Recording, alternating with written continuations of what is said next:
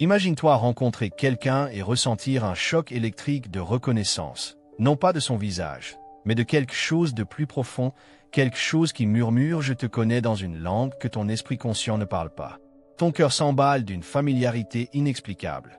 Ton âme semble expirer de soulagement, comme si elle avait enfin trouvé sa pièce manquante après avoir erré à travers des vies entières de solitude. Tu appelles cela le destin. Tu appelles cela le sort. Tu appelles cela une connexion d'âme. Mais si tout ce que tu crois sur cette reconnaissance profonde et bouleversante n'était rien de plus qu'un piège psychologique élaboré? Imagine ceci, tu te trouves dans une pièce bondée, entourée de dizaines de personnes, quand soudain tes yeux croisent ceux d'un étranger de l'autre côté de l'espace. Le temps s'arrête. Le monde s'estompe. En cet instant, tu ressens une certitude écrasante que cette personne est destinée à être dans ta vie, que l'univers a conspiré pour vous réunir. L'intensité est à couper le souffle, presque spirituel. Tu n'as jamais rien vécu de tel auparavant. Maintenant, imagine découvrir que cette même connexion cosmique t'est arrivée cette fois au cours des 3 dernières années, chaque fois se sentant également profonde, également destinée, également réelle. Cela changerait-il la façon dont tu interprètes l'expérience? Cela rendrait-il la connexion moins significative ou révélerait-il quelque chose de bien plus troublant sur la nature même de la conscience humaine? C'est le paradoxe qui hante chaque connexion d'âme, chaque moment de reconnaissance instantanée, chaque sentiment d'avoir trouvé l'élu. L'intensité même qui rend ces expériences si authentiques pourrait être précisément ce qui les rend les plus suspectes. Plus le sentiment est fort, plus il est probable que tu ne vives pas une communion mystique avec une autre âme. Tu expérimentes les mécanismes complexes de ton propre architecture psychologique fonctionnant exactement comme ils ont été conçus pour le faire.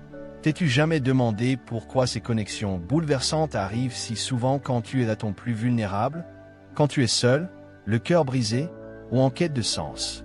Pourquoi frappe-t-elle le plus fort quand tu essaies désespérément d'échapper à quelque aspect insupportable de ta réalité actuelle? Est-ce parce que l'univers a un timing parfait, ou parce que ton esprit inconscient a une visée parfaite? Considère les mathématiques de la vie moderne, dans un monde où tu croises des milliers de visages, où les applications de rencontres te présentent un flux sans fin de connexions potentielles, où les réseaux sociaux offrent des aperçus de millions d'autres vies. Pourquoi ton âme reconnaît-elle soudain juste cette seule personne comme spéciale? Parmi tous les humains que tu as rencontrés, tous les yeux dans lesquels tu as regardé, toutes les conversations que tu as eues, qu'est-ce qui rend cette interaction particulière cosmiquement significative? La vérité inconfortable est que ce que tu expérimentes comme une reconnaissance d'âme pourrait en réalité être la projection la plus sophistiquée de tes blessures les plus profondes, de tes besoins les plus cachés et de tes peurs les plus primitives. Cette personne que tu reconnais si intensément ne reflète-t-elle pas exactement les contours de ce qui manque dans ta vie? N'incarne-t-elle pas précisément les qualités que tu cherches désespérément à combler en toi-même? Voici la question qui devrait te glacer le sang. Et si ce que tu appelles une connexion d'âme était en fait ton inconscient qui reconnaît non pas son complément parfait, mais son traumatisme parfait? Et si cette attraction magnétique n'était pas l'univers qui t'offre la guérison, mais ton psychisme qui t'attire vers la répétition de patterns familiers et destructeurs? Carl Jung l'a dit, tout ce qui ne remonte pas à la conscience revient sous forme de destin. Mais qu'arrive-t-il quand ce destin porte le visage de quelqu'un d'autre? Quand nos répétitions inconscientes se déguisent en connexion cosmique? Quand notre aveuglement psychologique se masque en révélation spirituelle? La reconnaissance que tu ressens pourrait bien être réelle, mais elle pourrait reconnaître quelque chose de beaucoup plus sombre et plus complexe que l'amour. Elle pourrait reconnaître la douleur. Elle pourrait reconnaître la dépendance. Elle pourrait reconnaître l'illusion même qui te maintient prisonnier de patterns que tu n'arrives pas à voir. Alors dis-moi, es-tu prêt à examiner ce qui se cache vraiment derrière cette connexion qui te semble si pure, si vraie, si inévitable?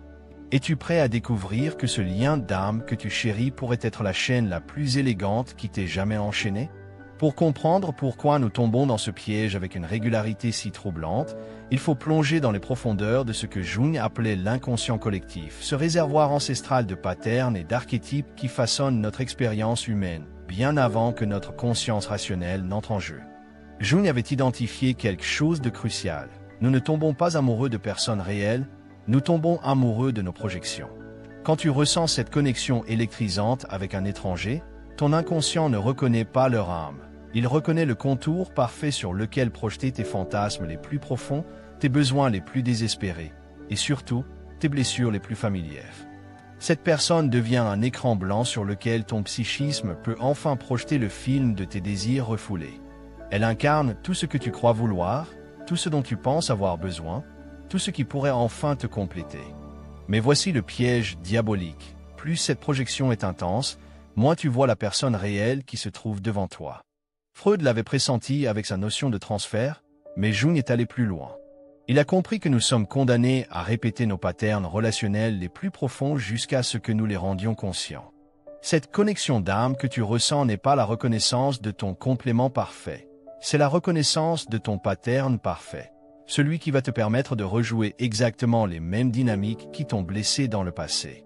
Pense à tes connexions les plus intenses. Réfléchis honnêtement. N'ont-elles pas toutes une qualité particulière de familiarité?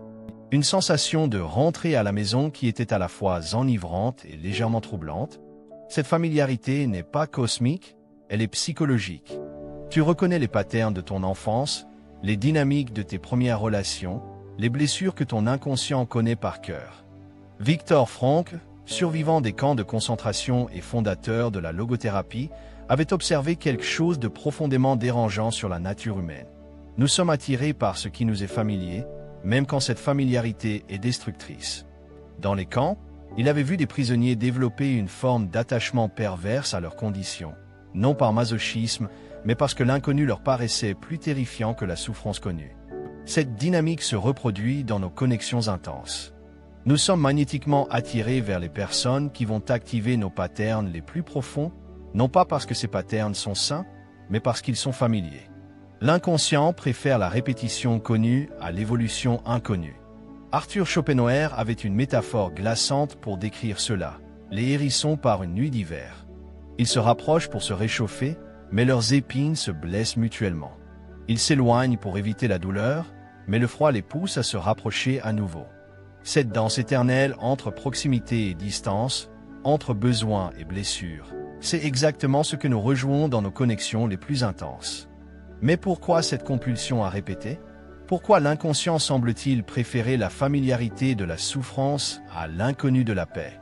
La réponse est terrifiante dans sa simplicité, parce que la répétition donne l'illusion du contrôle. Ton enfant intérieur croit que si tu peux rejouer cette dynamique assez souvent, assez intensément, tu finiras par la maîtriser. Cette fois-ci, tu réussiras à obtenir l'amour inconditionnel qui t'a manqué. Cette fois-ci, tu arriveras à guérir la blessure originelle. Cette fois-ci, tu gagneras. Sauf que l'inconscient ne joue pas pour gagner, il joue pour maintenir l'homéostasie psychologique. Il préfère un malheur connu à un bonheur inconnu. C'est pourquoi tes connexions les plus intenses finissent souvent par reproduire exactement les patterns que tu jurais avoir laissés derrière toi. Jean-Paul Sartre avait saisi cette tragédie existentielle avec une précision chirurgicale. L'enfer, c'est les autres. Mais il ne parlait pas des autres en tant que personnes réelles, il parlait des autres en tant qu'écran de projection pour nos propres démons intérieurs. Quand nous sommes en enfer, dans une relation, nous ne souffrons pas de l'autre personne, nous souffrons de nos propres projections sur cette personne. Le lien d'âme que tu ressens est réel, mais il n'est pas ce que tu crois qu'il est. C'est le lien entre ton présent et ton passé non résolu, entre ta conscience et ton inconscient, entre qui tu es et qui tu refuses encore de devenir. Cette personne qui t'attire si magnétiquement ne fait que tenir le miroir de tes propres patterns cachés. Et voici peut-être la révélation la plus déstabilisante. Plus cette connexion te semble spirituelle, transcendante, destinée, plus elle est probablement enracinée dans les couches les plus primitives et les plus inconscientes de ton psychisme. Maintenant, observe ta vie avec une honnêteté brutale. Combien de décisions cruciales as-tu prises basées sur ces connexions intenses?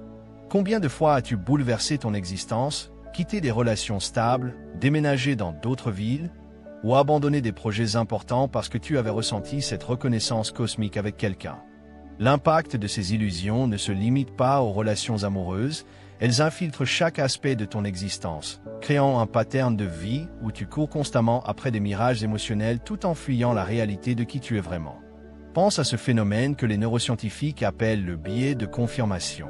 Une fois que ton cerveau a décidé que cette personne est spéciale, il va filtrer toute information pour soutenir ses croyances. Chaque coïncidence devient un signe du destin. Chaque point commun devient une preuve de compatibilité cosmique. Chaque moment de connexion devient la confirmation que vous étiez faits l'un pour l'autre. Pendant ce temps, ton cerveau ignore systématiquement les signaux d'alarme. Les incompatibilités fondamentales deviennent des défis à surmonter ensemble. Les patterns toxiques deviennent des tests de l'univers. Les moments de doute deviennent des peurs à dépasser pour mériter ce grand amour. Cette distorsion cognitive ne s'arrête pas là. Elle crée ce que les psychologues appellent un tunnel attentionnel. Ton focus devient si étroit, si obsédé par cette personne et cette connexion, que tu perds de vue le reste de ta vie. Tes amis remarquent que tu changes, que tu négliges tes passions, que tu abandonnes tes objectifs. Mais toi, tu interprètes cela comme des sacrifices nobles pour l'amour véritable.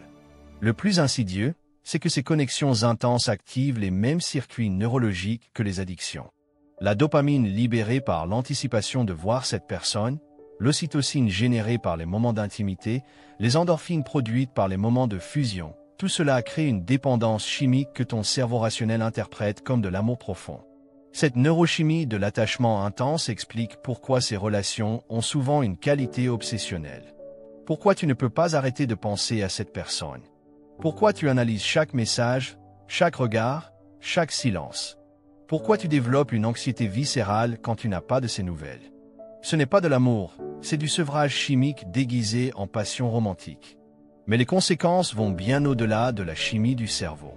Ces patterns créent ce que les thérapeutes appellent un « faux self », une version de toi-même construite pour maintenir ces connexions intenses. Tu commences à modifier ta personnalité, tes opinions, tes goûts, tes rêves pour correspondre à ce que tu penses que cette personne veut ou a besoin. Progressivement, tu perds le contact avec ton essence authentique. Tu ne sais plus qui tu es en dehors de ces connexions électrisantes. Ton identité devient dépendante de la validation externe, de ces moments de reconnaissance intense avec des autres. Tu développes ce qu'on pourrait appeler une addiction à l'intensité, l'incapacité à apprécier la beauté subtile d'une connexion stable et authentique. Cette dépendance à l'intensité a des répercussions sociales profondes.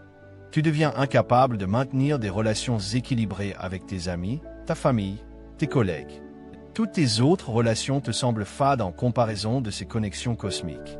Tu développes une forme de snobisme émotionnel où seules les connexions extraordinaires méritent ton attention. Dans ta quête constante de ces connexions transcendantes, tu négliges le développement de compétences relationnelles fondamentales.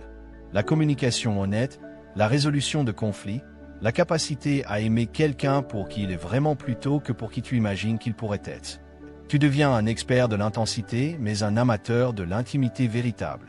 Sur le plan professionnel, ces patterns créent une instabilité chronique.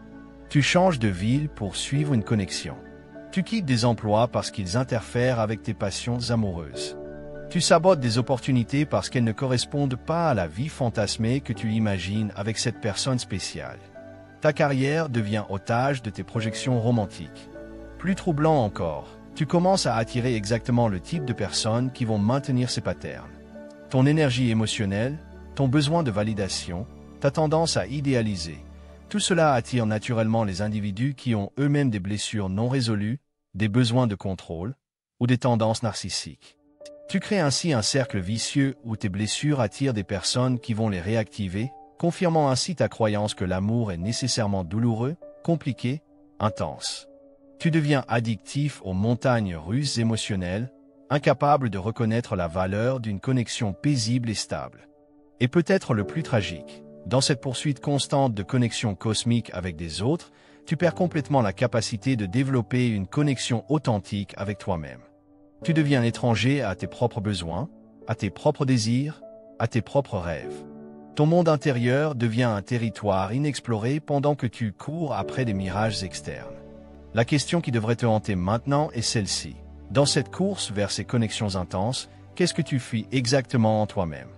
Il est temps de faire quelque chose de radical, quelque chose qui va à l'encontre de tout ce que la culture populaire t'a enseigné sur l'amour et les connexions. Il est temps d'arrêter de chercher ta complétude dans les yeux d'un autre et de commencer à la construire dans le territoire inexploré de ton propre être. Cette rébellion commence par un acte de courage intellectuel brutal. Accepter que chaque fois que tu ressens cette connexion cosmique avec quelqu'un, tu n'es pas en train de découvrir ton âme sœur. Tu es en train de découvrir ton propre inconscient projeté sur un écran humain. Jung appelait ce processus le retrait des projections, et c'est peut-être l'acte le plus révolutionnaire que tu puisses accomplir. Au lieu de demander « Pourquoi cette personne me fait-elle ressentir cela ?», commence à demander « Qu'est-ce que cette attraction révèle sur mes propres besoins non résolus ?» Voici un exercice qui va bouleverser ta compréhension. La prochaine fois que tu ressens cette connexion électrisante avec quelqu'un, au lieu de te perdre dans le romantisme de la situation, prends un carnet et écris exactement ce que tu ressens. Décris non pas la personne, mais tes sensations internes. Note tes pensées, tes espoirs, tes fantasmes sur ce que cette connexion pourrait devenir. Puis, avec une honnêteté impitoyable, demande-toi « À quoi dans mon enfance, dans mes relations passées, dans mes blessures non guéries cette personne me fait-elle penser ?» Tu découvriras probablement que cette âme sœur correspond exactement au profil de ce dont ton enfant intérieur pense avoir besoin pour être enfin complet. L'étape suivante est encore plus radicale. Au lieu de poursuivre cette connexion, utilise-la comme une carte routière vers ton propre développement personnel. Cette personne qui t'attire tant, qu'est-ce qu'elle semble posséder que tu crois ne pas avoir? Confiance, liberté, créativité, stabilité, passion. Maintenant, voici le tournant révolutionnaire. Au lieu d'essayer d'obtenir ces qualités à travers une relation avec cette personne, commence à les développer en toi-même. Utilise cette attraction comme un diagnostic de ce qui manque dans ta propre existence et deviens obsédé par le développement de ces aspects en toi plutôt que par la conquête de cette personne. Cette approche va à l'encontre de tous les contes de fées que tu as internalisés, mais elle est soutenue par des décennies de recherche en psychologie du développement. Les personnes qui nous attirent le plus intensément sont souvent celles qui portent les qualités que nous avons refoulées ou négligées en nous-mêmes. Carl Jung avait un concept puissant pour cela. L'anima et l'animus, les aspects féminins et masculins refoulés de notre psyché. Souvent, nous projetons ces aspects sur des partenaires romantiques au lieu de les intégrer en nous-mêmes. La véritable complétude ne vient pas de trouver quelqu'un qui possède ce qui nous manque, mais de développer en nous-mêmes ces aspects négligés. Voici une pratique révolutionnaire que peu osent entreprendre. Pas 6 mois sans chercher de connexion romantique. Pas de dating apps, pas de flirt, pas de recherche active d'une relation. Utilise cette période pour développer une relation passionnée avec toi-même. Apprends à ressentir cette excitation que tu cherches dans les yeux d'un autre en explorant tes propres passions créatives. Développe cette intimité que tu désires tout en pratiquant l'honnêteté brutale avec toi-même dans un journal quotidien. Cultive cette connexion profonde que tu cherches en méditant, en faisant de la thérapie, en explorant tes couches psychologiques les plus profondes. Cette période de célibat volontaire n'est pas une punition, c'est un acte de rébellion contre une culture qui t'a programmé à chercher ta valeur dans la validation d'autrui. C'est une révolution personnelle où tu refuses de continuer à alimenter ces patterns destructeurs. Pendant cette période, tu découvriras quelque chose de troublant et de libérateur. Ces connexions intenses que tu cherchais avec tant de désespoir commenceront à perdre leur emprise sur toi. Tu réaliseras que tu peux ressentir de la plénitude, de la passion, de l'excitation sans avoir besoin qu'un autre humain te la fournisse. Mais la vraie révolution arrive quand tu commences à développer ce que les thérapeutes appellent un attachement sécure avec toi-même. Tu apprends à te réconforter dans les moments difficiles, à célébrer tes victoires sans validation externe, à prendre des décisions basées sur tes valeurs authentiques plutôt que sur l'approbation d'autrui. Cette transformation ne se fait pas du jour au lendemain. Elle demande une vigilance constante contre les tentations de retomber dans les anciens patterns. Chaque fois que tu sens cette attraction familière, chaque fois que tu veux interpréter une rencontre comme destinée, rappelle-toi, c'est ton inconscient qui essaie de te ramener vers la répétition. La liberté véritable arrive quand tu peux rencontrer quelqu'un et apprécier qui il est vraiment, sans projeter tes besoins non résolus sur lui. Quand tu peux ressentir de l'attraction sans perdre ton centre. Quand tu peux aimer sans avoir besoin d'être complété. Cette rébellion contre tes propres patterns est l'acte le plus courageux que tu puisses accomplir. Elle demande de renoncer à l'ivresse de l'intensité pour embrasser la sobriété de l'authenticité. Voici la révélation qui va redéfinir ta compréhension de l'amour, des connexions et de la nature même de l'existence humaine. Le lien d'âme que tu as cherché toute ta vie avec tant de désespoir existe bel et bien. Il est réel, profond, transformateur, est capable de t'apporter une plénitude que tu n'as jamais imaginée.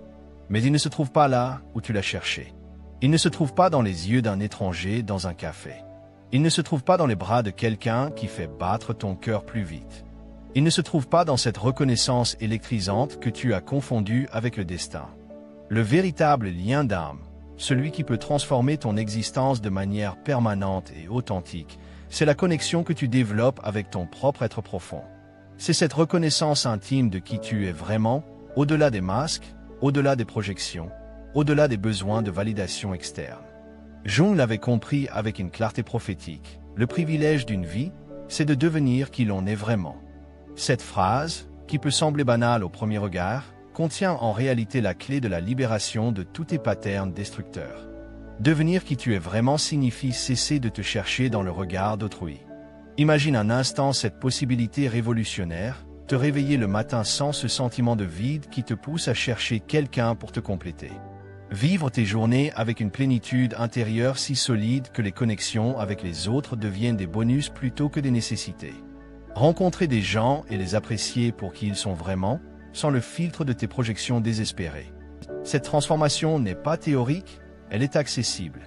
Elle commence quand tu réalises que chaque fois que tu as ressenti cette connexion cosmique avec quelqu'un, tu ressentais en réalité un fragment de ta propre complétude qui se reflétait temporairement dans l'autre personne. Ces qualités que tu admirais tant chez eux, leur confiance, leur créativité, leur liberté, leur passion, elles étaient déjà en toi, mais enfouies sous des couches de conditionnement et de peur. La vérité ultime est celle-ci, tu n'as jamais manqué de rien. Tu n'as jamais été incomplet. Tu n'as jamais eu besoin d'être sauvé par l'amour de quelqu'un d'autre. Ce sentiment de manque, cette soif de connexion, cette quête désespérée de reconnaissance, tout cela était le symptôme de ta déconnexion d'avec toi-même. Quand tu développes cette connexion authentique avec ton être profond, quelque chose de magique se produit dans tes relations avec les autres.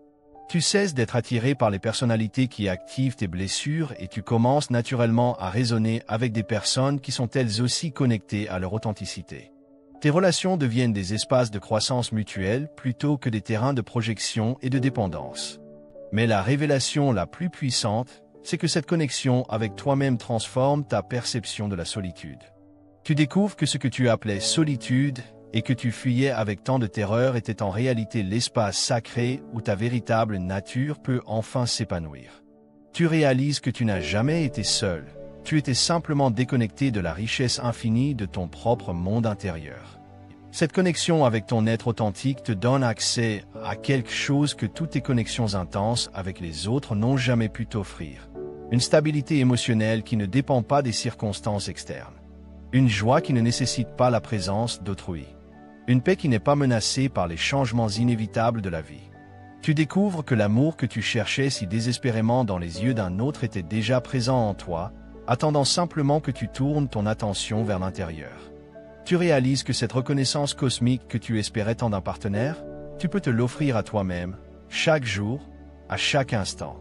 Et voici le paradoxe final, le plus beau de tous. Quand tu arrêtes de chercher l'amour, quand tu développes cette plénitude intérieure, quand tu deviens complètement confortable avec ta propre compagnie, c'est exactement à ce moment-là que tu deviens magnétique pour des connexions authentiques et saines. Mais cette fois, tu n'as plus besoin de ces connexions pour survivre émotionnellement. Tu les accueilles comme des cadeaux plutôt que comme des nécessités. Tu peux les apprécier pleinement parce que tu n'en dépends plus pour ta stabilité psychologique. La vérité ultime sur les liens d'âme est celle-ci. Le seul lien d'âme qui peut vraiment transformer ta vie, c'est celui que tu développes avec toi-même. Tout le reste, aussi beau, aussi intense, aussi significatif que cela puisse être, n'est que le reflet de cette connexion primordiale. Alors maintenant, ferme les yeux un instant. Respire profondément. Et pose-toi cette question finale, celle qui peut tout changer. Quand vas-tu enfin rentrer chez toi, dans ton propre cœur, et découvrir que tu étais ce que tu cherchais depuis le début? Le voyage vers les autres commence toujours par le voyage vers soi. L'amour que tu cherches dans le monde commence par l'amour que tu cultives en toi. Le lien d'âme que tu désires tant existe déjà, il t'attend dans le territoire inexploré de ton propre être authentique. Il est temps de cesser de chercher et de commencer à retrouver. Il est temps de rentrer chez toi.